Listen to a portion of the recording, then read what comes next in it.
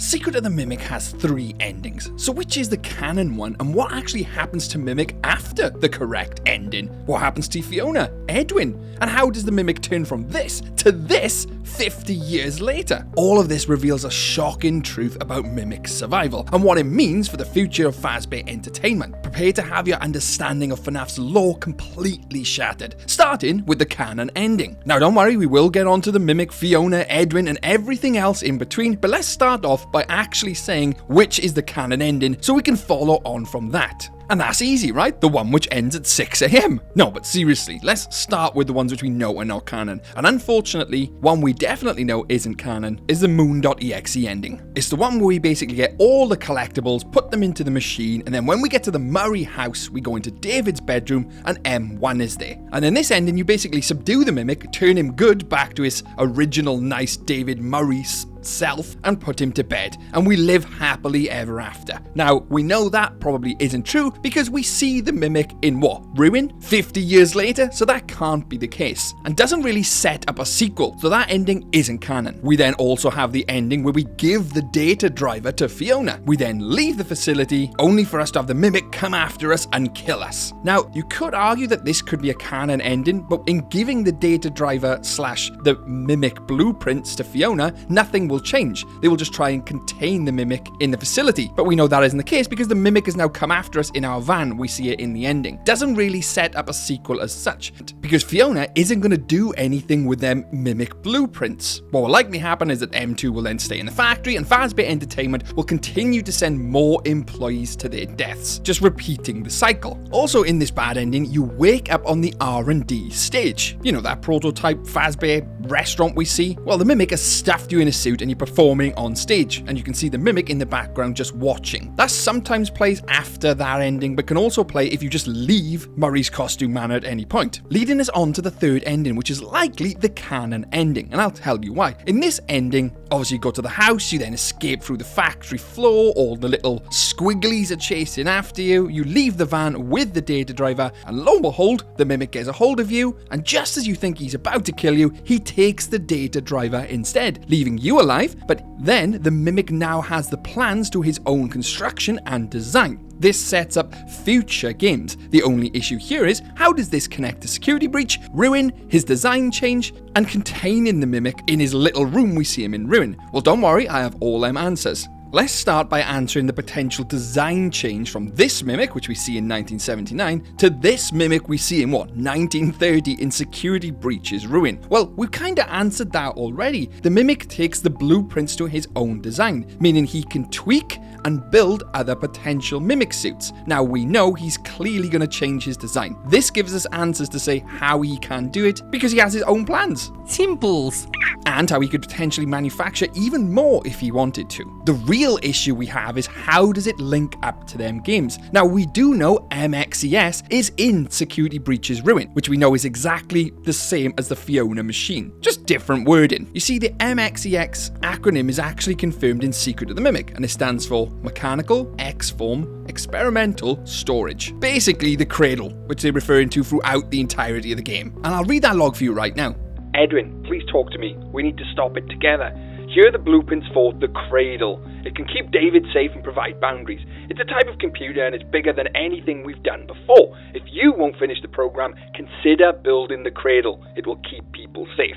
And that's basically what MXEX is then in the future. Not only is it kind of containing the Mimic, which we see in Ruin, it's keeping people safe. These logs match up, right? But here's where things get interesting. Sure, they kind of got all the puzzle pieces, but none of them are together at this point, because in the ending, the Mimic has now escaped with the blueprints and is outside of the factory. But something extremely interesting happens in that ending we're saying is canon. It is the only ending where we actually activate the cradle.exe at the house. In the moon.exe ending, we don't activate it, and in the other ending, we just hand over the data driver to the dispatch and leave. The parachute ending is the only one we activate the cradle, setting up the containment of Mimic. The only issue now is the Mimic is at large. This is where it sets up the sequel game to bring the Mimic back to the factory, contain contain it, and then using Fiona/MXEX to further ensure that it never escapes and hurts anyone. That is until Ruin comes around. But we're totally forgetting something. In this ending, Fiona blows up the entirety of the building, the house, the underground labs. So everything's basically collapsed at this point, even though the Mimic has now escaped. So even if we did return to the factory, surely it'd be a broken, charred mess. And let's not forget, at the bottom of this building is Fiona in this R&D type lab. At the bottom of this huge chute, you know, the one where the big top chases us down and then we're in the labs, very much like that huge elevator on the center stage in Security Breach, which also leads to an R&D section. Massive link connection there. There's also a huge connection with the elevators we see in Secret of the Mimic, some of them looking eerily similar to the one we see in Ruin's ending, you know, the one where Cassie's in and then supposedly the Mimic cuts the wires. I'll talk all about this later. The point I'm getting at here is that Fiona has now collapsed the building, and on the surface everything seems to be burning down, including the house on the hill. So what are we going to actually trap the Mimic in at this stage? A lot of people seem to theorize that we're going to trap the Mimic back in this building with the cradle/Fiona/MXEX outside of it. That would then link up to Security Breach and Ruin. But if we're using the ending where we collapse the building, there's nothing there. How are we going to return the Mimic to this underground facility? You see, Arnold's been left alive by the Mimic. He only takes the data driver,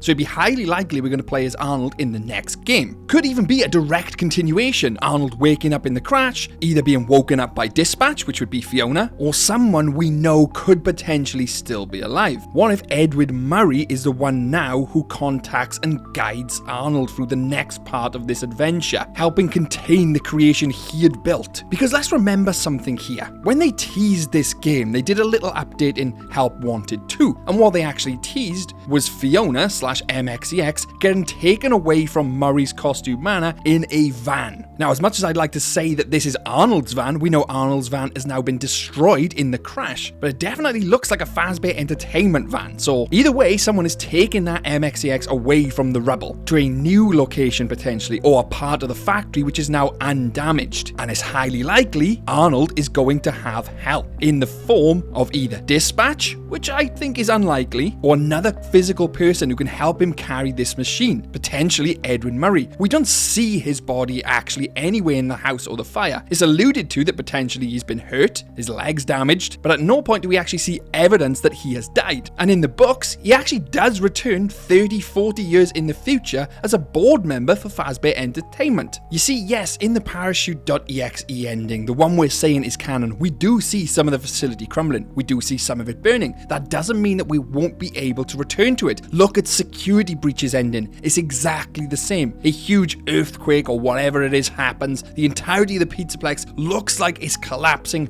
burning to the ground, but yet we return to it, just decrepit, decaying, destroyed in some areas. The same thing could happen with Murray's costume manor. We could return with parts of it crumbling, inaccessible, but still able to lure the Mimic back below the facility. This then matches up with the facility we see in Ruin. The same type of wooden cladded walls, just like we see in the factory. The same elevators, which we see in the factory, which we also see in Ruin. The same main stage, huge circular elevator, which we go down to go to parts and service/R&D, is exactly the same type of elevator we see in Secret of the Mimic's factory. All the cardboard cutouts we see in that little mine area, you know, the area which the Mimic chases us through in Ruin, we now know they were there from the factory era. All the little mine shaft tunnels, which again is mentioned in Secret of the Mimic. Not even Edwin Murray himself knows what was buried below the factory. You gotta remember, this factory was given to him by his father after his father had passed. In an email, it actually says that not even Mr. Murray knows what's down there. This is something which could further be explored in the next part of Secret of the Mimic's DLC, or Secret of the Mimic 2. Perhaps this time we will actually have 5 nights at a location and wake up at 6 AM, who knows? And perhaps this time we'll have the Mimic actually go inside of the prototype costumes. I mean, I thought that's where Secret of the Mimic was gonna go. I mean, we had this prototype pizzeria, we had all the prototype animatronics laying around, their casings. The Mimic could have gone inside of them, and that's how they could have brought Freddy and the gang to Secret of the Mimic. Alas, that never happened, but that's not to say that might not happen in the next part. You see, there's one bit of dialogue I always come back to. One thing I always mention is from Gregory, where he actually says that the Mimic had been trapped in the sinkhole for a very long time.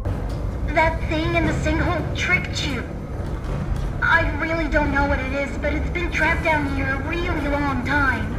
Now, the secret of the Mimic ending, which is canon, isn't trapping the Mimic for a very long time at this point. We haven't even trapped it, so at some point we're going to have to trap it, and that's what I've just explained. We already know that the cradle.exe has the ability to collapse the entire complex. So in us now removing MXEX from its original location in that prototype pizzeria to outside a room where we trap the Mimic, we leave Fiona/MXEX down there, the Mimic trapped in this room. We run cradle.exe once more. She brings the facility completely to its knees, completely burying the Mimic below everything. And that is how we find him in ruin, when they start excavating below the Pizzaplex. Because it's quite obvious that they've built the Pizzaplex on top of the old MCM factory. I mean, we know Fazbear Entertainment owned the land. There's a log saying that William Afton and Fazbear Entertainment had repossessed all the land everything was built on. And let's face it, that's a substantial plot of land. You only got to see how big the factory is. So they're not going to buy an entire new area to build this Pizzaplex. They build it on top of the land they already own. And not only that, when Security Breach was eventually coming out, I think it was like 2022, something like that, there was a teaser image where it was a billboard and it was in the snow. Very reminiscent of when we're on the roof of the MCM factory, it starts to snow, showing us that these locations are very similar in climate. That's because they are the same location. You see, we already have all the puzzle pieces and we're starting to fit them together right now. We just need a few more pieces from the next game, and I think everything will line up perfectly to Security Breach's ruin. The foundations are already there, you just have to look, and that's what our job is as theorists, to find these links. And I think these links are far more than speculation here. There's far too many references to the Pizzaplex and how things line up just for it to be a pure coincidence. Nothing is a coincidence in FNAF. So make sure you hit that subscribe button right now, because more videos are going to be coming out just like this one, linking everything together, and you don't want to miss them. Subscribe right now. And if you enjoyed the video, hit the like button. Build some hype for this video so we can show it to other FNAF theorists. Get this video out there, and let's start linking it all together. Massive thanks to the Fazbear Entertainment employees who are on screen now. Lauren, Rena Fox, Amet Junior Tapia, Queen Bubbles, and our Twisted Fazbear CEOs, Rock Nigel, Penguin Lover 12, and Bubs Delicious. Thanks for being a valued member of the Fazbear team. I'm Twisted Animatronic. Stay safe out there, superstars.